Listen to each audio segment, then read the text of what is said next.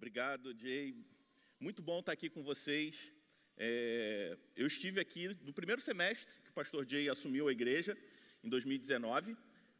E é bom voltar aqui após alguns anos. Eu acabei não tendo o privilégio de retornar a Orlando nesse período. Teve pandemia, um monte de coisa.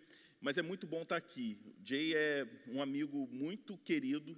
Ele, desde 2012 que a gente se conhece, quando Deus me chamou para plantar uma igreja, e a partir de 2013 a gente começou a caminhar junto com o meu pastor na época, o Isaltino. O Jay acabou se tornando também meu pastor, meu mentor, e daí a gente se tornou muito amigo. E estar aqui junto com ele, com a Lu, com as crianças, é muito bom. Retornar aqui, rever algumas pessoas que eu conheci nas viagens missionárias lá no Brasil, rever um dos meus amigos mais antigos, que eu conheço acho que desde os meus 5 anos de idade, Ricardo, Manuela, Lucas, Bianca também. É muito bom que eles vieram para Orlando esse ano ou ano passado?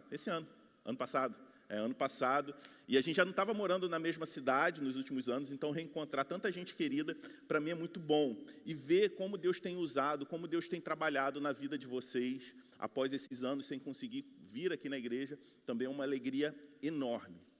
Estar cultuando a Deus, estar se reunindo no domingo, para nós cristãos, deve ser o ponto alto da semana.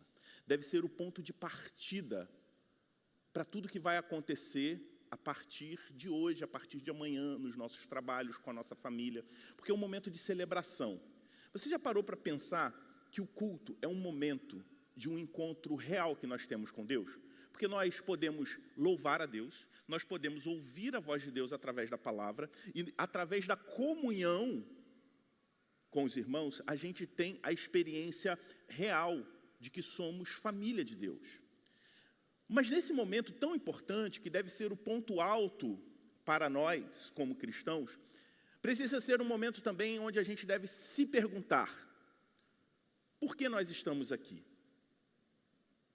Qual é a razão que a Igreja de Cristo existe? Por isso eu queria trabalhar com vocês, caminhar com vocês à luz do Evangelho de Marcos, no capítulo 10, a partir do versículo 46 até o 52, um momento em que Jesus tem um encontro com um homem. E a vida desse homem é transformada. E a partir dessa história, eu queria convidar você a se identificar e ver algumas marcas na vida desse homem que se identificam conosco, que também fomos alvo do amor de Deus.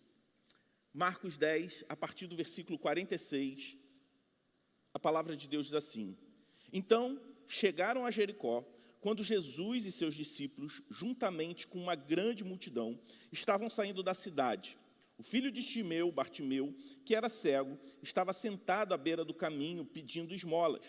Quando ouviu que era Jesus de Nazaré, começou a gritar: Jesus, filho de Davi, tenha misericórdia de mim.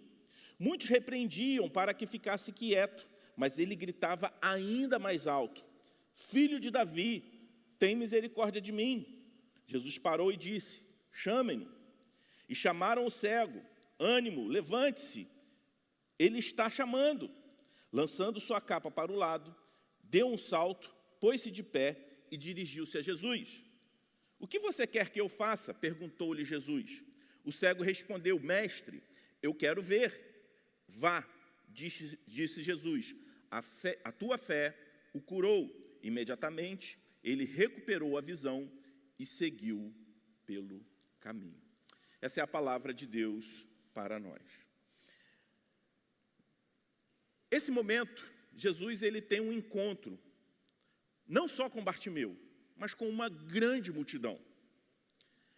E o que a gente percebe aqui no texto é que essa multidão era completamente insensível a esse homem chamado Bartimeu. E nós comparamos com o que Jesus faz. A atitude de Jesus nos leva a respondermos o porquê a Igreja de Cristo existe. A Igreja de Cristo existe porque nós, eu e você, fomos alvo do amor de Jesus. É interessante porque esse texto ele é mencionado em 3 dos 4 evangelhos, Mateus, Marcos e Lucas. Em particular, Marcos, ele se preocupa não somente em descrever a história como mencionar o nome daquele homem, que se chamava Bartimeu. Marcos, ele traz esse detalhe. Ele se preocupa em falar o nome de alguém que era ignorado pela multidão. Aí você pode pensar, Jesus estava passando por Jericó com seus amigos, passeando, talvez queria visitar lá o outlet de Jericó para ver se tinha alguma oferta legal. Ele estava de bobeira, sem nada para fazer, e por acaso ele se encontra com esse cego. Não é isso. Esse momento, que é narrado no Evangelho de Marcos, Jesus está no final do seu ministério terreno. É a sua última viagem, é a sua última marcha. Jesus sabia que em uma semana ele seria crucificado. Jesus está na sua marcha para a cruz. Jesus está caminhando a marcha para a salvação. E ali existe uma multidão. E ele escuta a voz de um homem. Imagina só, Jesus naquele momento era um homem muito conhecido pelos seus milagres, pelas curas que ele realizou, pelos seus ensinos. Até mesmo mortos haviam sido ressuscitados por Jesus. E muitos curiosos, muitas pessoas, queriam chegar até Jesus e apresentar a eles as suas demandas. E Jesus escuta a voz de um homem. Imagina só, é como se diante de um Maracanã lotado, ao fazer um gol, a torcida toda gritando, o jogador que fez aquele gol percebesse e escutasse a voz de uma pessoa em particular. E Jesus percebe a voz, o clamor de Bartimeu. Jesus, além de estar diante de uma grande multidão, certamente ele estava tomado por dor e angústia, porque Jesus sabia o que ele ia enfrentar. Jesus, ele não foi surpreendido no seu destino. Ele sabia que enfrentaria a morte, porque quando a gente volta um versículo anterior ao que a gente começou, no versículo 10 de no versículo 45 de Marcos 10, nós vemos que Jesus diz o seguinte: pois nem mesmo o Filho do Homem veio para ser servido, mas para servir e dar a sua vida em resgate por muitos. Jesus sabia que ele estaria dando a sua vida em resgate de muitos. Ele sabia qual era o final daquela viagem. Jesus sabia que ele estava ali caminhando para a cruz. Mas a importância da sua missão não anulou o fato que Bartimeu estava no seu caminho e era alguém que precisava ser amado. Bartimeu, ele não sofria apenas com a deficiência visual, ele não sofria apenas com a cegueira, mas ele sofria também com a pobreza. Bartimeu não tinha capacidade de produzir riquezas, de trabalhar. Ele era um tomador, ele recebia doações e nada podia contribuir. Mas ele sofria de um terceiro problema. Além da cegueira, além da pobreza, ele sofria com a indiferença da multidão. Parece ironia, mas o nome Bartimeu significa filho de honra. Mas até aquele momento, Bartimeu só tinha experimentado em sua vida o desprezo. Bartimeu implorava para sobreviver. De poucos daquela multidão, ele recebeu muito pouco, mas da maioria, ele não recebeu nada. Bartimeu, ele não se importava com a multidão. Da mesma forma que a multidão não se importava com ele. A multidão era barulhenta, mas aquela voz solitária chamou a atenção de Jesus. E por que o clamor solitário de Bartimeu chama a atenção de Jesus? Não foi simplesmente porque Bartimeu chamou Jesus, mas a forma como ele se referiu a Jesus. Como Bartimeu chama Jesus? Filho de Davi. E o que isso significa? Esse termo era um termo messiânico, que aponta para o cumprimento da promessa de Deus a Davi, lá em 2 Samuel 7, de 12 a 16. No contexto judaico, as pessoas sabiam que Salomão, que foi o filho de Davi, foi um cumprimento imediato dessa promessa, mas que aquela profecia tinha um significado futuro e que Deus enviaria alguém maior e verdadeiro, que seria o grande salvador do seu povo. Logo, se referir a Jesus como filho de Davi, significa, aponta que naquele momento, mesmo antes de ser curado da sua cegueira, Bartimeu sabia que estava diante dele não simplesmente alguém que poderia realizar um milagre e curá-lo, mas estava diante dele o único que poderia salvá-lo dos seus pecados. Bartimeu tinha essa convicção. Ele sabia quem realmente Jesus Cristo era. E observe, naquele momento, muitas pessoas tinham uma ideia equivocada a respeito de Jesus. Tinham pessoas que viam Jesus simplesmente como aquele que poderia solucionar os seus problemas. Simplesmente aquele que poderia curar suas enfermidades, libertar de espíritos malignos que a possuíam, aquele que poderia ressuscitar, aquele que poderia trazer uma mensagem encantadora, porque o ensino de Jesus atraía multidões. Muitos queriam coroar Jesus à força como libertador de Israel. A palavra de Deus fala sobre isso. Inclusive os discípulos que eram mais próximos de Jesus, em alguns momentos, eles depositavam expectativas equivocadas a respeito de Jesus até aquele momento. Mas Bartimeu sabia exatamente quem era Jesus. Bartimeu, que era desprezado pelas multidões, foi alvo do amor de Jesus. Por isso eu faço uma pergunta para você. Olhando para o exemplo de Jesus, você realmente se importa com as pessoas que estão sofrendo ao seu redor? Jesus se importou com aquele mendigo cego chamado Bartimeu. E olhando para a atitude de Jesus diante de Bartimeu, nós precisamos entender que o mesmo Cristo que teve compaixão de Bartimeu, se compadeceu de mim e de você. Portanto, essa igreja existe, a igreja de Cristo espalhada por toda a terra existe, porque muitos, como eu e você, também fomos alvo do mesmo amor que alcançou Bartimeu. Jesus nos amou da mesma forma. Por isso nós podemos ver algumas marcas das pessoas que são alvo do amor de Jesus. São 3 marcas que nós identificamos na vida de Bartimeu, que se aplicam também a mim e a você. E a primeira delas é dependência. Bartimeu não tinha como se curar. Ele não tinha um poder sobrenatural para trazer a sua vista de volta. Bartimeu também não possuía recursos materiais, financeiros, para poder buscar os tratamentos disponíveis na época para a sua cegueira. Ele não tinha força, ele não tinha capacidade própria para mudar a sua condição social. Ele era um homem solitário, que convivia com a indiferença dos outros. Mas a declaração pública e corajosa de Bartimeu revela que ele depositou a sua confiança somente em Jesus.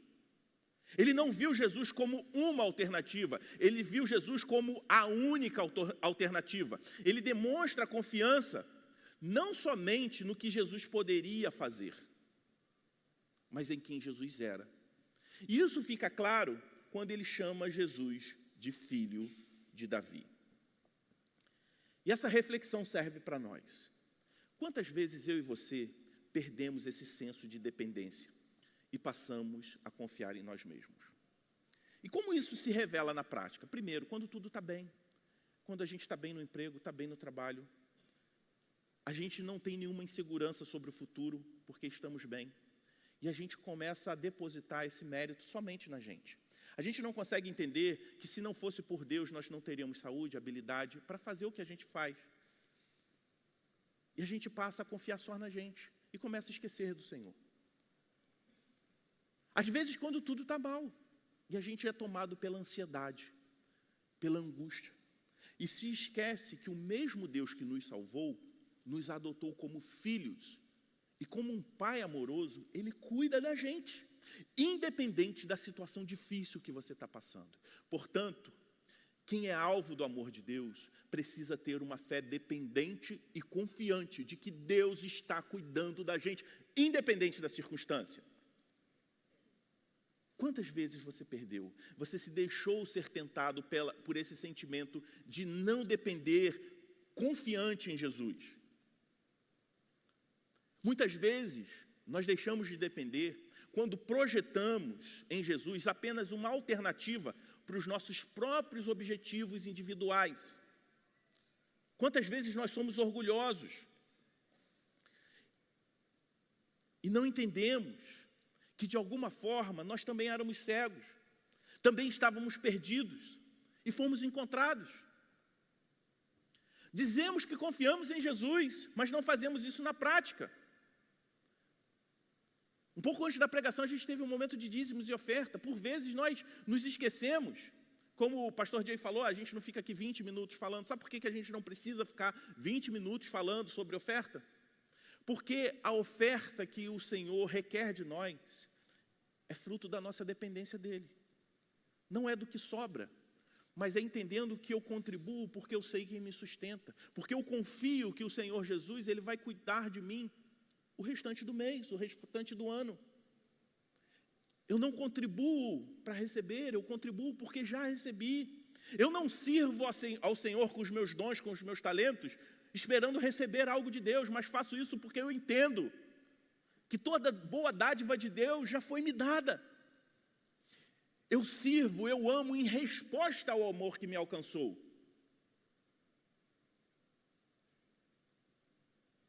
Por vezes nós não dependemos de Deus quando nós queremos agir, conduzir a nossa vida segundo aquilo que a gente pensa, ou que a multidão está falando. E precisamos entender que depender do Senhor é obedecer a Ele, na sua palavra. Porque a palavra de Deus é a boa e perfeita vontade de Deus para nós. Mesmo quando o nosso coração pecador tenta nos induzir que a gente precisa fazer diferente daquilo que Deus estabeleceu para nós. Quando a gente faz isso, nós estamos deixando de depender do Senhor. Ou pior, às vezes nós usamos o Senhor apenas como um canal de persuasão. Como assim? A gente quer fazer algo e a gente sabe que algumas pessoas vão discordar de nós. E a gente fala assim, Deus falou comigo isso. Deus falou comigo, encerra qualquer discussão. Quem vai querer contrariar a Deus? Eu não estou falando que Deus não possa falar ao nosso coração para decisões da nossa vida, decisões individuais, particulares. Mas por vezes nós usamos Deus apenas como um canal de persuasão para fazer aquilo que a gente quer. Quando somos alvo do amor de Jesus, nós dependemos dele. A dependência é uma marca para aqueles que são alvos do amor de Jesus. Da mesma forma que a adoração. Bartimeu reconhece publicamente Jesus como Messias. Então, quem é alvo do amor de Deus tem uma fé dependente e também tem a adoração como uma marca. E essa adoração possui algumas características interessantes. Primeiramente, a coragem de ser um adorador de Jesus, mesmo quando as multidões tentam nos calar. Bartimeu fala, filho de Davi, tenha misericórdia de mim. O que a multidão fala? Fica quieto. Para de falar. O que Bartimeu faz? Ele se constrange e fica quieto? Não, ele grita mais alto. Ele fala mais. E quando Bartimeu gritou por Jesus, e ele foi censurado, isso me remete àquela passagem bíblica em que as crianças tentam chegar até Jesus, e a multidão também tenta impedir. Jesus fala, deixe vir a mim os pequeninos, porque deles é o reino dos céus. Deixe ele vir a mim, não os impeçais. Por vezes, a multidão tenta parar a nossa adoração. Por vezes, a multidão tenta abafar o nosso clamor. Mas isso não foi suficiente para Bartimeu. Ele persistiu, ele foi fiel. Uma das marcas da adoração daqueles que foram alvo do amor de Jesus é também a humildade, além da persistência. Bartimeu queria algo simples. Bartimeu não queria os reinos desse mundo. Ele queria apenas ver. Mas antes de ver, ele já reconhecia Jesus como seu Salvador, porque ele se refere a Jesus como Salvador. Orgulho e adoração não combinam. Não é à toa que a Bíblia fala que o Senhor se opõe aos orgulhosos. E é interessante porque que Bartimeu, ele não prova Jesus para ter Jesus como seu Salvador. Ele não chama Jesus de filho de Davi após ser curado. Ele chama Jesus do filho de Davi antes mesmo de ser curado. Antes de ser curado, Bartimeu é salvo. É sobre isso que Jesus fala quando diz o que a fé de Bartimeu produziu. Sobre uma dimensão maior do que simplesmente a cura física. Embora cego, Bartimeu podia ver o que a multidão não enxergava. Os olhos espirituais de Bartimeu já haviam sido curados antes mesmo da sua visão ser restaurada. Ele viu Jesus como o Messias prometido. Enquanto muitos ali viam Jesus apenas como um libertador político ou militar, um realizador de milagres, Bartimeu via Jesus como seu Salvador. E a dependência e a adoração de Bartimeu levou a ele uma terceira característica daqueles que são alvos do amor de Jesus: a disposição. O que o texto sagrado diz nos últimos versículos que nós lemos? Ao ser curado, Bartimeu, ele levanta e passa a seguir a Jesus. Ele se junta à companhia de Jesus e seus discípulos. É interessante que, se a gente fizer um paralelo, em outro momento na vida de Jesus, ele cura 10 leprosos. Após receber a cura, o que esses leprosos fazem? Vão embora. E nem agradecem. Bartimeu, ele é curado. Ele poderia falar assim: agora que eu sou curado. O texto fala que imediatamente ele pôde ver e imediatamente ele seguiu. Ele poderia falar: agora que eu posso enxergar, eu vou sair da mendicância, eu vou empreender, eu vou ser alguém na vida e vou provar para essa multidão que eu não dependo mais deles. Eu vou cuidar da minha vida, eu vou viver para mim mesmo. Eu vou fazer aquilo que é bom para mim. Eu vou seguir a voz do meu coração. Mas não é isso que Bartimeu faz. Ele segue a Jesus. A cura foi instantânea. Não precisou de tratamento médico. Porque nada disso é necessário quando o grande médico está trabalhando. E Bartimeu, ele não foi um recipiente ingrato da graça de Deus. Ele começou a seguir Jesus pelo caminho. Bartimeu, ele se torna um discípulo, um seguidor de Jesus. Aonde Jesus Cristo fosse, Bartimeu iria. O que Jesus pedisse, Bartimeu faria. A gratidão e a disposição para seguir, custe o que custar, deve ser fruto do Evangelho. Deve ser fruto da graça por aquele que tão livremente distribuiu a sua graça para nós. Bartimeu foi salvo, ele foi curado, e ele passou a seguir com alegria ao Rei Jesus, aonde quer que levasse. É interessante porque algumas tradições da igreja primitiva dizem que Bartimeu, ele seguiu Jesus até a sua crucificação. E tempos depois ele se tornou uma figura importante da igreja em Jerusalém. Eu particularmente não tenho nenhuma dificuldade em acreditar nisso, mediante o testemunho de transformação e a atitude de Bartimeu ao ser salvo e ser curado. Bartimeu é uma figura que retrata claramente o processo de discipulado.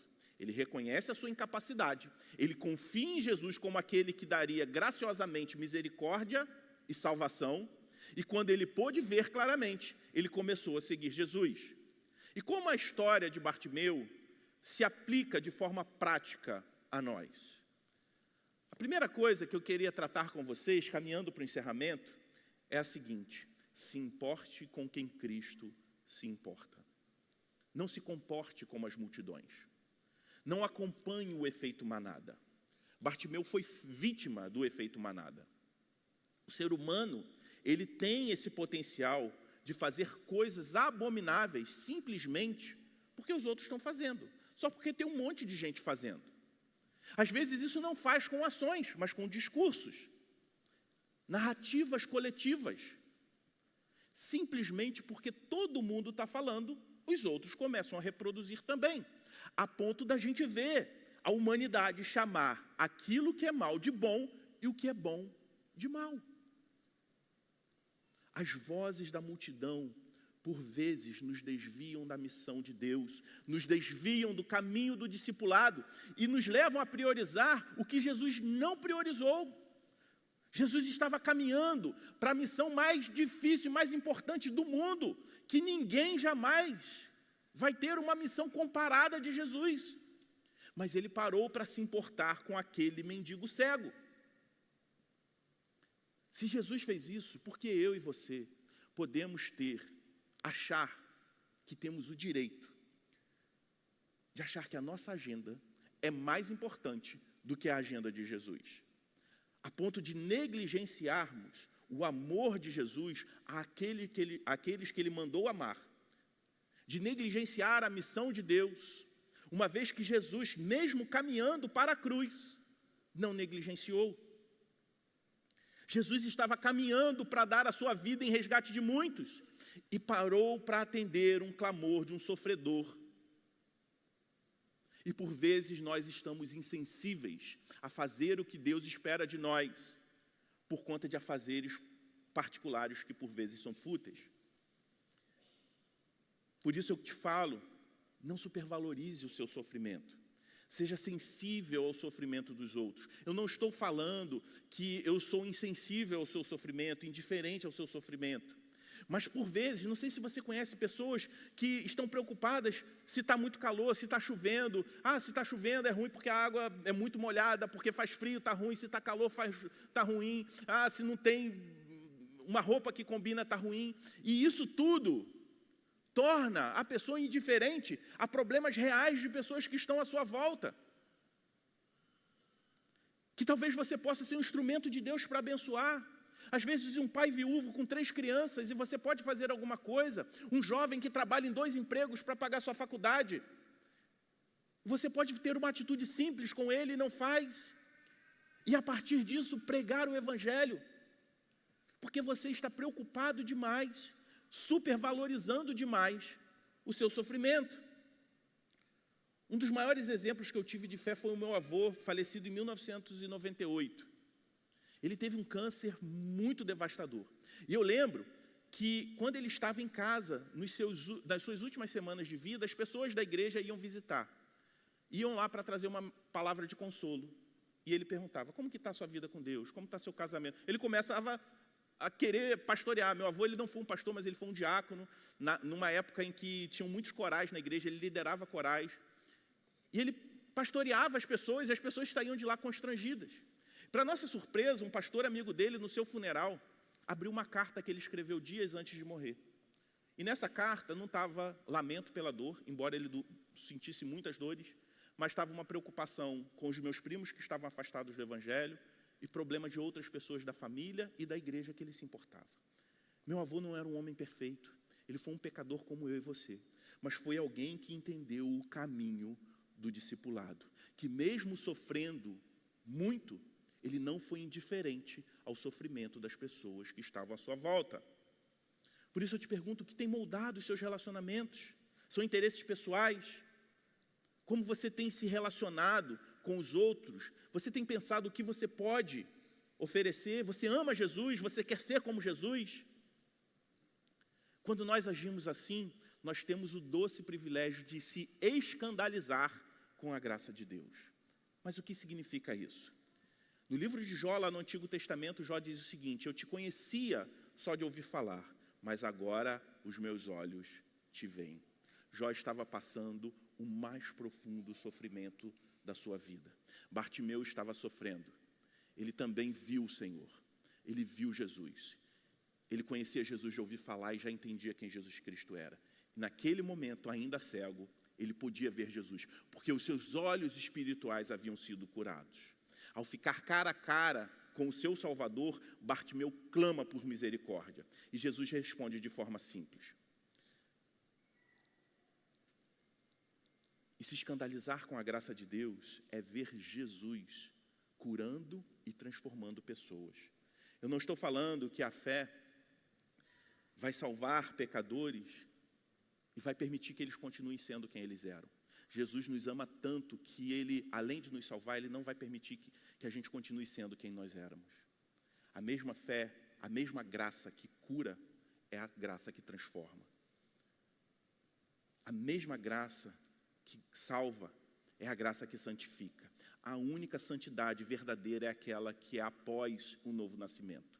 Ninguém é salvo por ser santo, mas todos os salvos são chamados à santidade. Esse é o escândalo da graça. É ver aquelas pessoas que eram inabraçáveis pela multidão sendo honradas pelo Rei dos Reis, o Senhor dos Senhores. O Bartimeu, que embora seu nome significasse homem de honra e era desprezado, foi honrado por quem mais importava, que não era a multidão, mas era Jesus. Eu gostaria de concluir dizendo o seguinte: no Evangelho de Marcos, o primeiro milagre registrado público por Jesus é a cura de um cego. E o último milagre registrado antes da crucificação também é a cura de um cego. E o que isso aponta para nós? Vendo a história de Jesus sendo narrada entre duas curas de dois cegos. É que eu e você, embora nunca fôssemos deficientes visuais, nós também éramos cegos.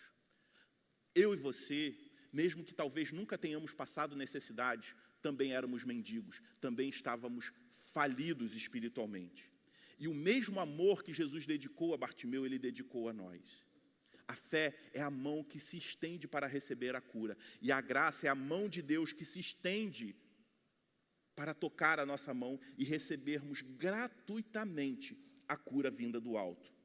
Todos nós éramos pobres, mendigos e cegos, mas Jesus nos salvou e nos resgatou. O verdadeiro encontro com Jesus é quando acontece conosco, assim como Bartimeu. Quando nós reconhecemos que diante do Senhor nós não podemos trazer nada, levar nada a Ele, além da nossa fraqueza e da nossa necessidade. E o que Ele nos devolve? A sua bênção e a sua graça. Ele nos agraciou com seu poder. Louvado seja Deus por isso, meu irmão. Jesus parou e teve tempo para Bartimeu, assim como Ele parou e teve tempo para mim e para você. Jesus teve tempo para você e para mim. Nada mudou em 2000 anos. Jesus ainda para qualquer um que invocar o seu nome e dizer: Jesus, filho de Davi, tem misericórdia de mim. Se você ainda não reconheceu Cristo como seu Salvador, que não clamou a Ele ainda como o filho de Davi e clamou a Ele por misericórdia, eu te digo o seguinte: se você fizer isso, você não vai se decepcionar. Há esperança para quem, com fé, olha para Jesus e diz: Jesus, filho de Davi, tenha misericórdia de mim. Vamos orar? Pai Santo, nós te louvamos, porque um dia Jesus Cristo foi enviado. Éramos pobres, éramos cegos, mas o Senhor nos fez ver. Obrigado, Senhor Deus, porque quando nós não tínhamos nada para apresentar diante do Senhor, além das nossas necessidades e as nossas fraquezas, o Senhor nos abençoou, nos conferiu graça, nos conferiu poder. Obrigado, Senhor, porque assim como diz lá no livro de Romanos, quando nós ainda éramos seus inimigos, o Senhor nos salvou. Obrigado, Senhor Deus, por maravilhosa graça que nos foi concedida. Se porventura há pessoas aqui que andam desanimados, que eles possam olhar para esse caminho do discipulado descrito na vida de Bartimeu e possam agir com dependência, com adoração e com disposição em te servir. E se há pessoas aqui que ainda nunca clamaram a ti, clamando por misericórdia, que o Senhor possa abrir esses corações e essas mentes e eles possam gritar, possam clamar: Jesus, filho de Davi, tem misericórdia de mim. No nome de Jesus é que nós oramos. Amém, amém. Que Deus abençoe cada um de vocês.